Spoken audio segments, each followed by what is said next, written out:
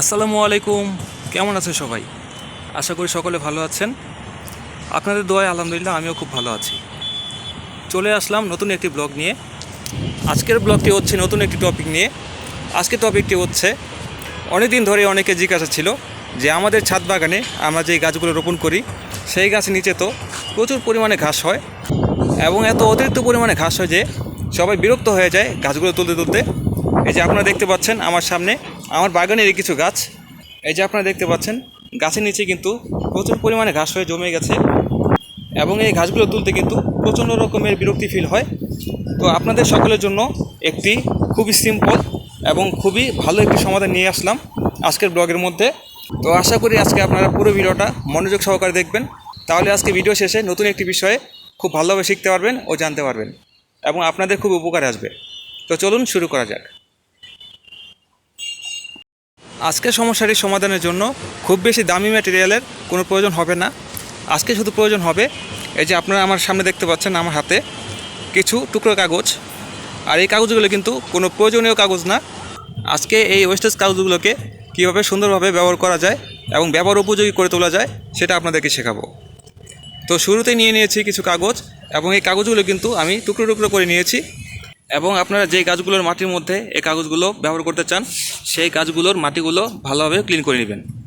এই গাছের টবের মধ্যে মাটির উপর যদি কোনো ঘাস থেকে থাকে সেটা আগে থেকে তুলে নেবেন, তুলে ভালোভাবে ক্লিন করে নেবেন এবং এই কাগজগুলোকে খুব সুন্দরভাবে এই মাটির উপরে সুন্দরভাবে বিছিয়ে দিবেন। যেভাবে আমি দেখিয়ে দিচ্ছি সেভাবে খুব সুন্দরভাবে বিছিয়ে দিবেন, যেন মাটি কোনোভাবে উপর থেকে না দেখা যায়। অর্থাৎ মাটিটাকে পুরোপুরি ঢেকে দিতে হবে, যেন মাটির মধ্যে কোনো সূর্যের আলো না পড়ে।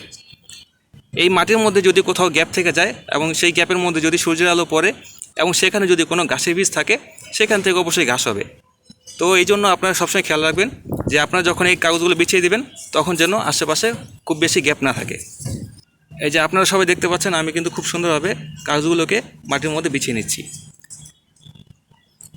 এবং আরও কিছু কাগজ নিয়ে আরও খুব সুন্দরভাবে এখানে বিছিয়ে দেব। এই যে আপনারা দেখতে পাচ্ছেন মাটির মধ্যে কিন্তু কোনো গ্যাপ রাখছি না, আর গ্যাপ থাকলেও সেটা যেন খুব অল্প পরিমাণে থাকে সেই বিষয়ে খেয়াল রাখতে হবে। আমরা অনেকে এটিকে মালচিং হিসেবে চিনি।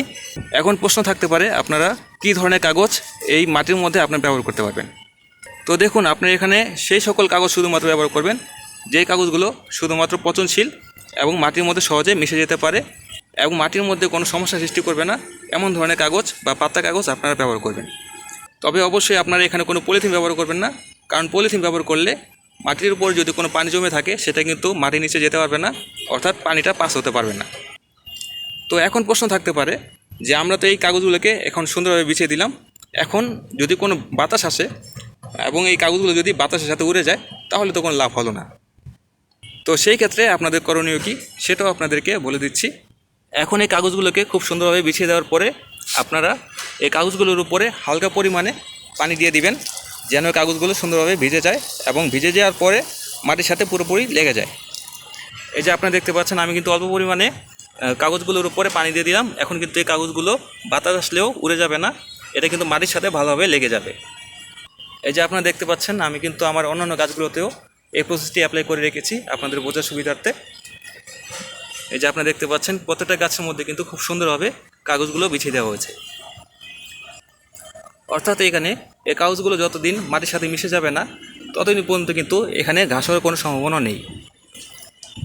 তো আশা করি আজকের ভিডিওটা আপনাদের সকলের অনেক ভালো লেগেছে এবং আপনাদের খুব উপকারে আসবে। তো এরকম নিত্য নতুন আরও টিপস পাওয়ার জন্য আপনারা আমার চ্যানেলটিকে সাবস্ক্রাইব করে রাখতে পারেন এবং আপনারা যদি ফেসবুক থেকে দেখে থাকেন আপনারা আমার পেজটিকে ফলো করে রাখতে পারেন এবং আপনাদের যদি কোনো জিজ্ঞাসা থেকে থাকে তাহলে কিন্তু আপনারা কমেন্ট বক্সে জিজ্ঞাসা করতে পারেন। তো আজকের ভিডিওটা ছিল এই পর্যন্তই। আশা করি সকলে ভালো থাকবেন এবং আমার জন্য দোয়া করবেন। আপনাদের জন্য দোয়া রইল। আসসালামু আলাইকুম, খোদা হাফেজ।